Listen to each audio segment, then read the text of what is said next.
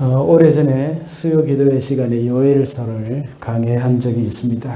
여러 가지 일정상 요엘서를 마치지 못했었는데 요엘서를 마무리해야 한다는 생각을 늘 가지고 있었습니다. 그때 했던 설교 원고를 보니까 2020년도였습니다. 되게 오래됐죠. 요엘서는 전체 석장밖에 되지 않는데 그것을 좀 마치기가 쉽지가 않았던 것 같습니다. 오늘 마침내 요엘서 3장 전체를 보면서 마무리하려고 합니다. 처음 요엘서를 묵상할 때 간단히 말씀을 드리긴 했지만 다시 한번 언급을 하는 것이 좋을 것 같습니다. 요엘이라는 말은 여호와는 하나님이시다 하는 그런 의미입니다. 요 이렇게 하면 여호와 할 때 앞에 짧게 말하는 요 그겁니다. 그리고 또 이제 엘 이렇게 하면 우리 다 아시죠? 하나님이라는 의미입니다. 역사적인 배경을 볼 때에는 정확히 알 수는 없습니다. 보통 선지자들은 자신이 활동하던 시대를 이 시대의 왕을 언급을 하는데 요엘은 전혀 그런 언급이 없습니다. 제가 코로나 락다운 때 성경의 파노라마를 강의하면서 이 편의상 요엘서를 포로 이전으로 포함시키기도 했습니다. 그러나 추측해 볼 때에 왕의 언급이 전혀 없는 것을 보면서 아마 포로 이후로 볼 수도 있겠다 하는 그런 생각이 듭니다. 물론 이것을 이렇게 주장하는 이 많은 학자들도 있습니다. 포로 후에는 왜냐하면 이스라엘의 왕 대신에 총독이 다스렸기 때문에 그 왕의 이름을 넣지 않죠. 어쨌든 시대에 대해서 정확하게 표현을 하지 않은 것은 그 시대적 배경이 그리 중요하지 않기 때문이라는 것을 알 수가 있습니다. 요엘서의 흐름을 보면 크게 두 가지로 나누어집니다. 전반부는 하나님의 백성들을 향한 심판의 메시지를 전하면서 회개할 것을 요청하고 있습니다. 그리고 후반부에 보면 소망과 회복에 관한 메시지를 하고 있습니다. 하나님의 백성을 향한 하나님의 메시지는 이런 패턴이었습니다. 늘 먼저 심판을 예언하면서 회개를 요청하고 결국은 하나님이 회복시켜 주실 것을 선포하는 것입니다. 전체적으로 보면 1장에서 메뚜기 재앙을 선포하고 그 고통이 어떨 것이지 그것을 말을 합니다. 그리고 2장에 들어가서는 여호와의 날이 임할 때의 그 심각성, 다시 말하면 하나님의 심판의 날이 임할 때의 그 심각성을 말합니다. 그리고 나서 회개하고 돌아와야 함을 외치고 있는 겁니다. 그러면서 너희는 이제라도 라고 말합니다. 그러면서 하나님의 백성으로 하여금 겉으로 드러나는 그런 회개가 아니고 정말 마음을 찢어서 진정한 그런 회개로 하나님께 돌아와야 한다 하는 그 말을 합니다. 이렇게 할 때에 하나님의 구원과 회복을 경험하게 될 것이라는 것을 선포하고 있습니다. 그것은 메뚜기의 재앙으로부터 회복을 약속하시고 또 여호와 하나님의 영적인 축복, 영적인 복 이런 것들을 약속하고 있습니다. 그리고 오늘 본문 3장에 들어와서는 그들을 괴롭혔던 그 이방인들을 심판하고 유다를 회복시켜 주실 것을 말씀하십니다. 요엘서에서 가장 주목해서 볼 것은 성령을 만민에게 부어주시겠다 하는 그런 약속입니다. 구약에서는 사사나 선지자 또는 왕, 제사장 이런 사람들에게 성령님이 특별한 사람에게 특별하게 임했습니다. 그러나 그 후에 특별한 부름을 받은 개인뿐만 아니라 모든 사람에게 하나님의 영이 임하게 될 것이라 하는 것을 약속을 하셨습니다. 그래서 요엘서 2장 28절에 보면 그런 다음에 내가 모든 사람에게 나의 영을 부어주겠다. 너희의 아들, 딸은 예언을 하고 노인들은 꿈을 꾸고 젊은이들은 환상을 볼 것이다 라고 말했습니다. 이 일은 열방에 하나님의 심판이 임할 때에 주의 백성에게 주어지는 그 하나님의 구원과 상관이 없습니다. 상관이 있는 겁니다. 그 성령이 임하신다는 것은 하나님과의 그 직접적인 만남이 있다는 것이죠. 지금까지 제사장을 통해서 하나님께 나아갈 수 있었습니다.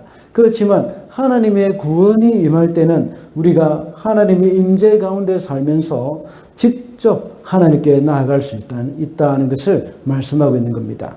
이것이 바로 사도행전 2장에서 오순절 성령 강림을 통해서 이제 성취가 되었다는 것이죠. 그래서 우리는 모두가 다 담대히 지성소로 들어가서 하나님의 은혜의 보좌에 나아갈 수 있게 되었습니다. 지금까지 요엘 선지자가 하나님의 심판에 대해서 말을 하고 회개할 것을 계속해서 말해왔습니다. 이제 3장에 와서는 하나님이 회복시켜 주실 것을 말하면서 하나님의 회복의 날에 어떤 일이 일어날 것인가, 거기에 대해서 말씀하고 있는 겁니다. 그래서 오늘은 회복의 날이라는 제목으로 말씀을 살펴보도록 하겠습니다. 첫째로 회복의 날에는 대적의 심판이 있습니다. 2절과 3절입니다. 그때에 내가 모든 민족을 불러 모아 그들을 여호사밧 골짜기로 데리고 가서 그들이 나의 백성이요 나의 소유인 이스라엘에게 저지른 일을 두고서 내가 거기서 그들을 심판하겠다. 그들이 나의 백성을 여러 민족 속에 흩어놓고 또 나의 땅을 나누어 가지고 제비를 뽑아 나의 백성을 나누어 가졌기 때문이다. 소년을 팔아서 창녀를 사고 소녀를 팔아서 술을 마셨기 때문이다. 방금 읽은 2절과 3절을 볼 때 유다 백성들은 얼마나 큰 위로가 되었겠는가 하는 그런 생각이 많이 듭니다. 계속해서 이 3절 이후로도 계속 이런 말씀이 나와 있죠. 그때 하나님은 모든 민족을 불러 모으겠다고 했습니다. 그리고 여호사밧 골짜기로 데려가서 심판을 하겠다고 말씀하십니다. 여기서 말하는 여호사밧 골짜기라는 것은 지명이 그런 그 지명의 이름인데 사실은 여호사밧 골짜기라는 그런 이름의 골짜기는 성경에는 없습니다. 여호사밧이라는 말은 그 지역에는 없다는 것이죠. 성경에는 여호사밧 골짜기라고 있긴 하지만 실제로는 그런 지명을 가진 골짜기는 없다는 것입니다. 여호사밧이라는 말은 여호와의 심판 이런 의미죠. 유다의 제4대 왕 여호사밧이라는 그 이름과 같은 이름입니다. 그럼 오늘 본문에 나오는 것은 사람을 가리키는 것은 아닙니다. 여호와라는 그런 말과 사밧, 그것은 심판이라는 그런 말이 합쳐진 것입니다. 그래서 여호와께서 심판하신다 또는 여호와의 심판이라는 의미로 쓰여지는 것이죠. 그래서 여기서 말하는 여호사밧 골짜기는 오늘 본문에서 말하는 이 심판이 하나님 여호와께서 수행하시는 심판이라 하는 것을 말하고 있는 겁니다. 여기서 여호와라고 굳이 이것을 표현한 것은 바로 하나님의 백성을 위해서 이방인을 심판하신다는 그런 의미가 있기 때문입니다. 여호와라는 말은 이방인들에게는 사용하지 않는 표현입니다. 이방인은 그저 하나님 또는 신이라고 말을 하지 여호와라고 부르지는 않습니다. 여호와라고 부르는 호칭은 물론 하나님의 이름이긴 하지만 그의 백성들만 부르는 호칭입니다. 우리가 하나님을 가리켜 아버지라고 부르는 것과 똑같습니다. 특별한 관계에 있는 백성들만 여호와라고 부르는 겁니다. 이 불신자들이 하나님을 아버지라고 부르는 사람은 아무도 없습니다. 오직 성도들만 하나님을 아버지라고 부르죠. 그와 같이 구약시대에도 하나님의 백성들만 여호와라고 부르는 겁니다. 여호와 하나님. 그래서 하나님은 유다 백성들을 괴롭혀온 그 이방 사람들을 심판하겠다는 겁니다. 특별한 관계에 있는 그 백성들, 하나님과의 특별한 관계에 있는 백성들, 이 백성들을 괴롭혔던 그 이방 사람들, 이런 사람들에게 특별히 심판하시겠다 하는 그런 의미가 크다는 겁니다. 비록 하나님은 이방 사람들이 이 유다 백성들을 괴롭히도록 허락은 하셨습니다. 그렇지만 그래도 하나님은 여전히 유다 백성들의 하나님이시라는 겁니다.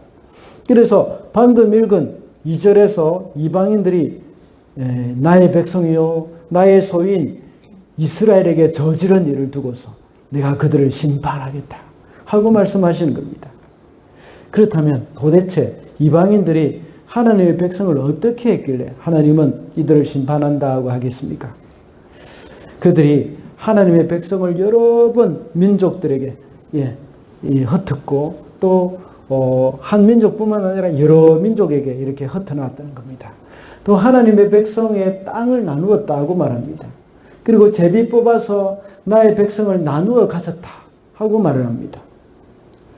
이 말은 백성들을 포로로 잡아가서 이제 뿔뿔이 다 흩어지게 만들었다는 겁니다. 그래서 조금 긍휼을 베풀어서 같은 가족들끼리 보내주면 참 또 그나마 얼마나 좋겠습니까? 그러나 그들은 그렇게 하지 않았습니다.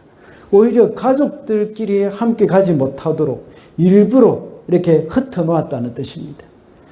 그렇게 하면서 그들의 심적인 고통을 더 크게 만들었다는 겁니다. 그리고 또 어떻게 했습니까? 소년을 팔아서 창녀를 사고 소녀를 팔아서 술을 사 마셨기 때문이라고 말씀하고 있습니다. 그만큼 하나님의 백성을 무시하고 무가치하게 보았다는 것이죠. 인신매매를 하면서 소년 한 명의 가치가 창녀와 하루 놀아나는 술값 또는 유흥비 정도밖에 되지 않게 여겼다는 것이죠. 유다 백성들이 망하고 포로로 잡혀가게 되었지만 하나님은 자기 백성들을 사랑하셨습니다. 한편으로는 그들을 치셨지만 또 다른 한편으로는 그들을 불쌍히 여기셨습니다. 그래서 고통당하는 그들을 보면서 이방인이라도 그들을 좀 잘 대해주기를 원하는 마음이 하나님 아버지의 마음입니다. 저는 선교지에 있을 때에 벤허라는 영화를 여러 번 본 적이 있습니다. 우리 부족 사람들의 이 마을마다 다니면서 그 영화를 보여줬습니다. 제가 성경 번역하는 그 일들을 이제 알리기도 하고 사람들을 모아놓고 거기에 대해서 이제 설명도 하기도 하고 이렇게 하기 위해서는 사람들의 관심을 많이 끌어야 됩니다. 그래서 이 영화를 보여준다고 하면 사람들이 모든 동네 사람들이 다 모이거든요. 그래서 그 영화를 보여주기도 합니다. 그래서 마을마다 가서 다 보여줬기 때문에 저도 이 영화를 몇 번이나 봤습니다. 그 영화 속의 한 장면이 참 인상 깊게 남습니다. 베너가 죄수로 끌려갈 때였습니다. 마을에서 이제 지나가다가 어느 마을에서 좀 쉬고 있을 때 그 마을에 있는 사람들이 모두가 달려가서 그 죄수로 끌려가는 그 사람들에게 물을 막 줍니다. 물을 한 바가지씩 마시게 해줍니다. 그때 허겁지겁 물을 마시고 싶어 하는데 로마 병사들은 벤허에게는 물을 못 주게 합니다. 그때에 이제 예수님이 나타나죠. 예수님이 벤허에게 물을 줍니다. 로마 병사들이 이제 베누에게 물을 주는 예수님을 향해서 막 욕을 퍼부으려고 막 하다가 예수님과 눈이 탁 마주칠 때에 아무 말도 하지 못하고 그냥 돌아서 나오는 장면이 있습니다. 그리고 그 후에 세월이 흐르고 이번에는 예수님이 십자가를 지고 골고다 언덕으로 올라갈 때에 그때의 자유의 몸이 되어서 돌아온 벤허가 이제 예수님을 보면서 물 한 바가지를 주죠. 그러나 이번에는 로마 병사들이 그 물바가지를 발로 차버립니다. 결국 예수님은 물을 마시지 못했습니다. 여기서 제가 말씀드리고자 하는 것은 비록 죄수로 끌려가는 사람들이지만 어떤 마을에서 쉴 때에 그 마을 사람들이 몰려와서 그 사람들에게 죄수들에게 물을 한 바가지씩 가져와서 이제 그들에게 목을 축이게 하는 겁니다. 하나님은 사람들에게 이런 마음을 원하시는 겁니다. 비록 하나님의 백성이 범죄하여서 포로로 잡혀가게 되었지만 주변에 있는 이웃 나라들은 그런 유다 백성들을 불쌍히 여기는 마음을 가지고 그들을 도와주기를 원하는 그런 마음, 그걸 하나님이 원하시는 겁니다. 잡혀가는 사람들에게 작은 은혜를 베풀고 약간의 사랑을 보여주는 그 사람을 하나님께서는 절대로 잊지 않으십니다. 하나님께서는 자기 백성들이 잘못했을 때에 때리십니다. 그런데 하나님께서 때린다고 해서 옆에 있던 사람까지 덩달아 때리는 것, 그걸 하나님이 원하지 않는다는 겁니다. 오늘 본문에서 하나님이 여호사밧 골짜기에서 심판하시겠다고 했습니다. 그 심판의 기준이 무엇입니까? 그것은 노예로 팔려가는 유대인들을 어떻게 했느냐, 어떻게 대했느냐 하는 그것입니다.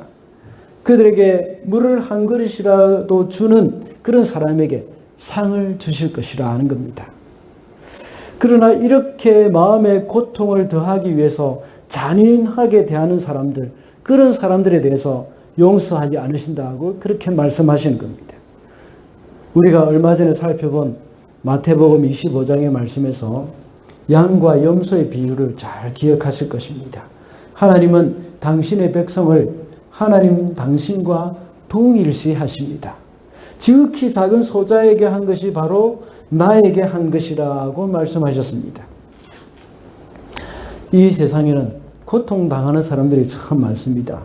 때로는 예수님을 믿는 믿음 때문에 고통도 당하기도 합니다. 그리고 자신의 잘못으로 고통을 당하는 사람도 있습니다. 또한 하나님이 그 사람을 더욱더 거룩하게 하시려고 이유 없이 그냥 어려운 가운데 두신 사람들도 있습니다. 이런 사람들을 볼 때에 우리는 어떻게 해야 하는지, 어떻게 그들을 대해야 하는지, 그것을 우리에게 잘 보여주고 있는 겁니다. 우리는 어떻게 하든지 그들이 고통을 좀 더 덜어줄 수 있는 방법, 그들에게 고통이 좀 덜 수 있는 방법, 그것을 위해서 힘을 써줘야 하는 겁니다. 그들에게 눈길을 주고 그들의 고통을 안타깝게 여기는 마음이 우리에게 있어야 하는 겁니다. 하나님은 우리의 그런 마음을 기뻐하십니다. 그리스도인들은 어떤 경우에도 잔인하거나 비정하게 굴면 안 된다는 겁니다. 어떤 사건을 볼 때 우리는 마음속으로 이 텔레비전 뉴스나 이런 거 볼 때 참 기가 막힌 일들이 일어나지 않습니까? 그때에 나도 모르게 저런 놈들은 살려두면 안 돼 하는 그런 마음들이 막 불쑥불쑥 올라올 때가 있습니다. 저 같은 경우에 그랬습니다.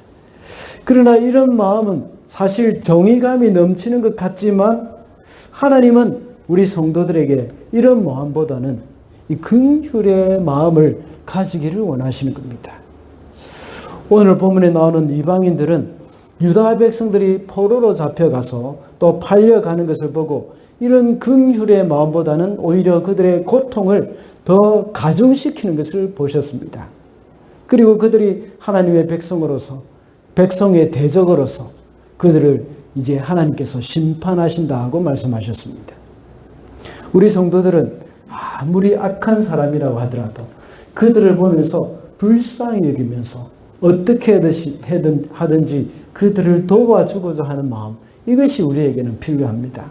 그래서 회복의 날에 우리를 보시며 내 아버지께 복받을 자들이여 하고 마태복음 25장 말씀과 같이 이렇게 그런 칭찬을 우리에게 하실 수 있도록 우리가 그렇게 해야 한다는 겁니다. 나의 아버지께 복받을 자들이여 나와 함께 창세로부터 너희를 위해서 예비된 나라를 상속받으라 하는 그런 칭찬 말입니다. 둘째로 회복의 날에는 삶의 열매를 통해서 판단됩니다. 12절과 13절입니다. 민족들아 출발하여라. 요사밭 골짜기로 오너라. 내가 거기 머물면서 사방의 민족들을 모두 심판하겠다. 거두어들일 곡식이 다 익었으니 너희는 낫을 가지고 와서 곡식을 거두어라. 포도주 틀이 가득히 차고 포도주 동마다 술이 넘칠 때까지 포도를 밟듯이 그들을 짓밟으라. 그들의 죄가 크기 때문이다. 방금 읽은 12절과 13절에는 하나님의 심판을 추수로 비유하고 있습니다. 성경에는 최후의 심판을 추수로 비유하는 경우가 종종 있습니다. 원래 구약에는 추수라는 말은 이 끝이라는 의미가 있습니다. 그런 맥락에서 볼 때에 죄인들이 당하게 되는 종말의 때를 이 추수로 보는 것은 아주 자연스러운 것입니다. 추수 때가 되면 농부들이 낫을 가지고 곡식을 베고 알곡과 쭉정이를 구별해 가지고 쭉정이는 모아서 불에 태우고 알곡은 곡간으로 모아드립니다. 그와 같이 하나님이 정하신 심판의 날이 되면 이 천사들을 보내서 구원을 받을 자들과 멸망받을 자들을 구별하십니다. 그래서 구원받을 자들은 영원한 복을 받게 되고 또 멸망받을 자들은 영원한 형벌에 이르게 될 것입니다. 오늘 본문에 보면 두 가지 종류의 추수가 있습니다. 하나는 곡식을 추수하는 것이고 하나는 포도를 추수하는 것입니다. 그런데 곡식을 추수하는 것에 대해서는 거두어라고 말을 하고 있습니다. 그러나 포도는 포도주 틀에 가득 채워서 그것들을 짓밟아라고 말을 합니다. 포도 열매를 따서 나무로 만들어진 그 틀에 넣고 포도즙을 짜는 일은 사실은 농부에게는 아주 큰 기쁨의 시간입니다. 그러나 13절에 나와 있는 이 장면은 같은 일이긴 하지만 아주 부정적으로 쓰인 경우입니다. 여기서 포도즙을 짜는 그런 행위는 이방 민족에 대한 심판을 비유로 한 말입니다. 이사야서 6장 3절에는 보면 포도주 틀을 밟는 행위에 대해서 여호와 하나님께서 악인에 대해서 진노를 막 쏟아 부으시는 것을 비유한 적이 있습니다. 오늘 본문에서도 역시 요엘 선지자는 악인들의 악이 넘쳐나서 하나님의 심판이 임하는 것을 보게 됩니다. 대구 동부교회의 그 김서택 목사님이 있습니다. 그분은 이렇게 이 장면을 잘 설명해 주셨습니다. 곡식은 하나님의 백성들의 삶을 의미합니다. 그 하나님의 백성들의 삶, 그것을 의미합니다. 즉 그들이 말씀에 순종함으로써 만들어내는 열매, 이것을 가리킵니다. 반면에 포도주는 악한 자들이 욕심으로 만들어내는 그런 죄악된 삶, 이것을 의미하는 것입니다. 이 선으로 가득 찬 알곡이냐, 건드리면 터질 것처럼 죄로 가득 찬 포도송이냐, 둘 중에 하나입니다. 그래서 사도 바울은 사람이 무엇을 심든지 그대로 거둔다고 말했습니다. 성령을 위해서 심는 자는 성령의 열매를 거두고 또 육체를 위해 심는 자는 육체의 열매를 거둔다고 했습니다. 우리가 경건에 이르기를 힘쓰고 주님과 날마다 동행하는 사람으로 살아가야 하는데 그렇게 살아갈 때에 시간을 내서 참 양육 훈련도 받고 시간을 내서 기도하는 일, 말씀 보는 일, 또 설교 듣는 일, 여기에 힘써야 합니다. 그리고 시간을 내서 성도들과 교제하고 만나고 믿음의 교제를 할 때에 하나님의 우리에게 주신 그 믿음의 선물, 이것이 더욱더 견고하게 되어집니다. 그래서 알곡과 같이 단단해진다는 겁니다. 그러나 우리의 삶에서 이런 경건의 삶에 우선순위를 두지 않고 만약에 세상의 즐거움이나 세상의 우선순위를 두고 거기에 시간을 투자하게 되면 나도 모르게 곡식이 열리기보다는 포도의 열매가 맺히게 되는 겁니다. 죄는 아니고 또 해롭지는 않다고 생각이 들지만 세상의 즐거움으로 우리의 삶을 채워간다면 하나님이 주시는 그 기쁨, 이것은 점점 더 사라지게 되는 겁니다. 세상에 주는 즐거움은 점점 더 늘어나지만 하나님이 주시는 그 하늘의 기쁨은 점점 더 없어져 가게 되어지는 겁니다. 그러다 보면 그 공허함을 채우기 위해서 자꾸만 다른 것을 찾아 나서게 되는 경우가 참 많지 않습니까? 그러다 보면 점점 더 죄의 달콤한 유혹이 우리의 삶 가운데 침투해 들어오는 겁니다. 우리가 교회에 출석하는 성도라고 해서 또 그리고 또 우리가 직분자라고 해서 이것이 예외가 아닙니다. 우리 안에 어떤 열매가 맺혀 있는지가 우리는 중요한 것입니다. 하나님은 우리의 삶의 열매를 보시고 우리를 판단하십니다. 우리의 종교 생활을 보시는 것이 아닙니다. 우리의 삶에 어떤 열매가 맺히느냐 하는 것입니다. 우리 삶 가운데 선한 열매, 경건의 열매가 맺혀야 합니다. 그러기 위해서는 우리 속에 있는 자신의 욕망과 싸워야 하고 우리 속에 있는 죄의 본성, 이것과 싸워야 합니다. 그래서 성령의 열매가 풍성하게 맺힐 때에 나중에 회복의 날이 되면 하나님이 우리를 판단해 주실 것입니다. 그래서 우리의 어떤 것을 보고 판단합니까? 삶의 열매를 보고 우리를 판단하신다는 것입니다. 마지막으로 회복의 날에 성도는 풍성한 복을 누리게 됩니다. 17절과 18절 말씀입니다. 이스라엘아, 그때 너희는 내가 주 너희의 하나님임을 알아야 한다. 나는 거룩한 산 시온에서 산다. 예루살렘은 거룩한 곳이 되고 다시는 이방 사람이 그 도성을 침범하지 못할 것이다. 그날이 오면 산마다 새 포도주가 넘쳐 흐를 것이다. 언덕마다 젖이 흐를 것이다. 유다 개울마다 물이 가득 차고 주의 성전에서 샘물이 흘러나와 시딤 골짜기에 물을 데워줄 것이다.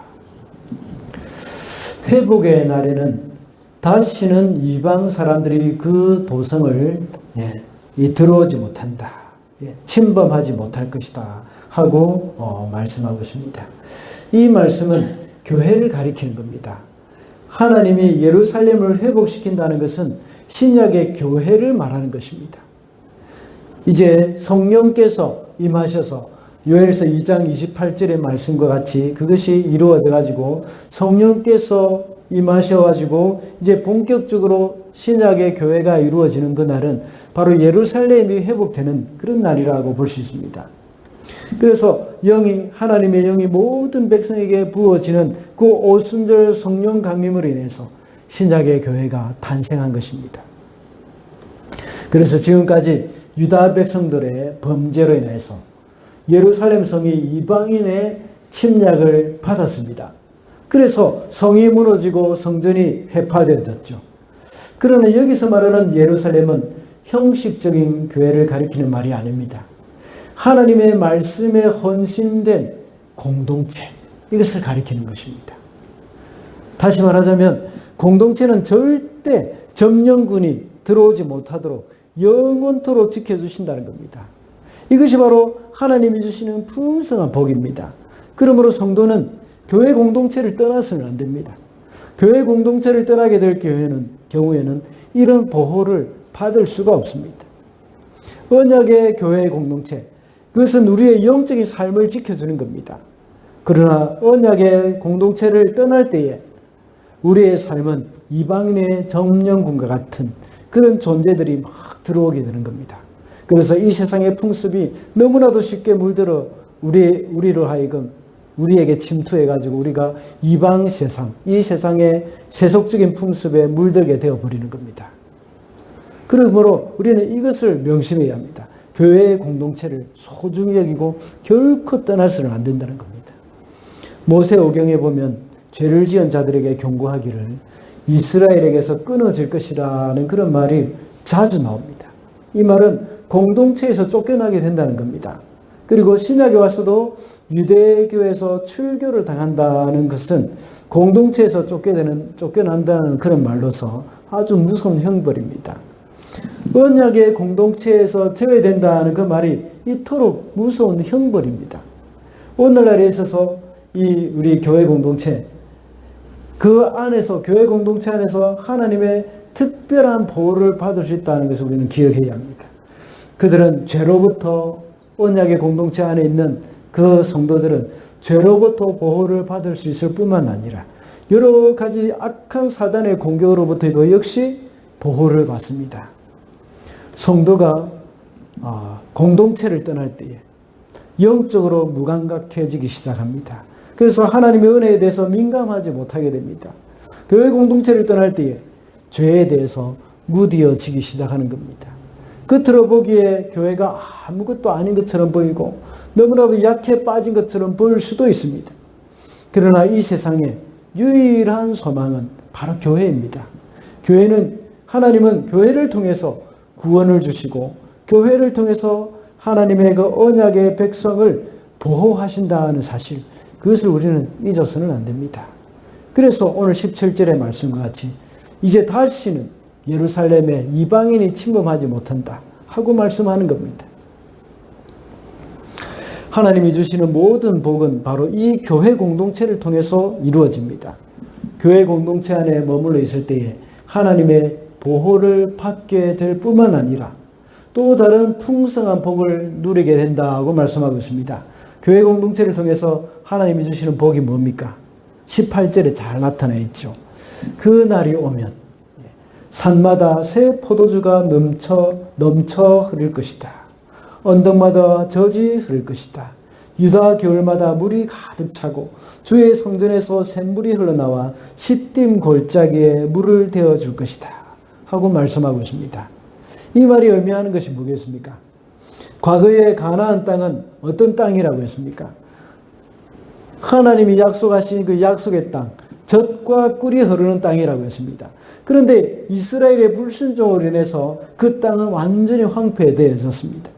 그리고 하나님의 백성들은 모두가 다 쫓겨나서 포로가 되어져 버렸습니다. 그러나 하나님이 회복시켜 주실 때에는 이제 달라지는 겁니다. 이제 신약의 교회로 말미암아 하나님의 그 풍성한 은혜가 넘쳐나게 될 것이라는 것을 말씀하고 있는 겁니다. 그러나 하나님이 회복시켜 주실 때는 이제 달라집니다. 그래서 교회에서 이 말씀이 선포되어지고 성도들이 믿음으로 그 말씀에 반응할 때에 이루어지게 될 일을 말씀하고 있는 겁니다. 이 그때 흘러나오는 충만한 은혜 그리고 충만한 성령님의 역사, 그것은 바로 세상으로 흘러가서 세상을 살려내는 그런 일들이 일어나는 겁니다. 그렇다면 이런 복을 받은 사람은 어떻게 해야 되겠습니까? 이런 복을 받은 저와 여러분은 어떻게 해야 되겠습니까? 오늘 본문 18절 마지막 부분을 보시면 시딤 골짜기에 물을 데워 줄 것이라고 말씀하고 있습니다. 시딤 골짜기, 그 시딤 골짜기는 시딤 나무가 많이 자라나는 그런 나무, 그 골짜기라고 볼 수 있겠죠. 이 시딤 나무는 조각목이라고도 합니다. 이 나무는 주로 이 사막에서만 자라죠. 그래서 모세가 출애굽할 때 성막을 만들 때 이 광야에서 구할 수 있는 유일한 나무가 바로 시딤 나무였습니다. 그래서 모든 성막을 만들 때 나무 재료는 다 시딤 나무, 조각목이었습니다. 시딤 골짜기는 메마른 광야와 같은 곳이죠. 그 땅은 척박해서 다른 식물들은 살 수가 없습니다. 다만 생명력이 아주 강하고 어떤 환경에도 자생력이 강한 그 시딤 나무만 자라게 되는 그런 골짜기입니다. 그곳에 물을 데워준다고 했습니다. 그 하나님의 은혜를 받은 우리 성도는 이런 역할을 해야 한다는 겁니다. 시딤 골짜기에 물을 데워주는 역할을 하는 사람, 그 사람들이 바로 하나님의 백성이라는 겁니다. 그것이 바로 신약의 교회라는 것입니다. 이 세상에 아직도 시딤 골짜기와 같은 곳이 얼마나 많이 있습니까? 하나님의 백성들이 이제는 가는 곳곳마다 그 황폐한 땅을 아름답게 가꾸어 주게 되는 겁니다. 오늘날도 점점 더 황폐해져 가고 있는 그런 땅들이 얼마나 많이 있는지 모릅니다. 당장 우리 뉴질랜드만 봐도 하나님의 사람들의 영혼은 하나님을 믿지 않는 사람들의 그런 영혼은 정말 황폐해져 가고 있다는 생각이 많이 듭니다. 심지어 그리스도인들조차도 거기에 영향을 받고 있는 것을 봅니다. 뉴질랜드뿐만 아니지 않습니까? 말세가 다가옴에 따라서 전 세계적으로 볼 때에 정말 시딤 골짜기와 같은 곳이 정말 많습니다. 이런 곳에 주의 성전에서 샘물이 흘러나와 적셔 주어야 하는 겁니다. 우리 성도들이 매주일마다 하나님 앞에 나와서 예배하고 말씀을 받고 삶의 구석구석으로 이제 흘러가야 한다는 겁니다. 그래서 시딤과 같은 이 땅에 들어가서 황폐한 것을 바꿔야 할 사명이 우리에게 있습니다. 하나님이 회복시켜 주시는 그날 우리는 이런 큰 복을 누리게 되고 이 복을 황폐한 땅으로 흘려보내어 가지고 그 땅이 다시 생명력이 넘치는 땅으로 만들어주는 것, 그것이 바로 오늘 회복을 경험하는 저와 여러분의 사명이 되어지는 겁니다. 말씀을 맺겠습니다. 오늘은 회복의 날이라는 제목으로 말씀을 살펴봤습니다. 회복의 날에는 대적의 심판이 있을 것이라고 했습니다. 그리고 회복의 날에는 이 삶의 열매를 통해서 판단되어지고 또 성도는 풍성한 복을 누리게 된다고 했습니다. 하나님이 회복시켜 주시는 날이란 바로 오늘날 신약시대입니다. 성령이 모든 사람들에게 부어진 바 되어서 각 사람에게 임하게 되어져서 우리가 바로 교회고 각 사람이 하나님께 직접 나아갈 수 있는 시대가 되었습니다. 그래서 주님으로부터 받는 그 은혜, 그것을 풍성하게 받을 수 있는 그러한 사람들이 되어지는 겁니다. 주님이 다시 오실 때는 이제 또 모든 세상은 완전한 회복이 되어질 것입니다. 그때까지 우리는 이 땅을 살아가면서 시딤 골짜기와 같은 이 세상에 하나님의 그 풍성한 은혜를 누리게 되는 저와 여러분이 되시기를 바랍니다.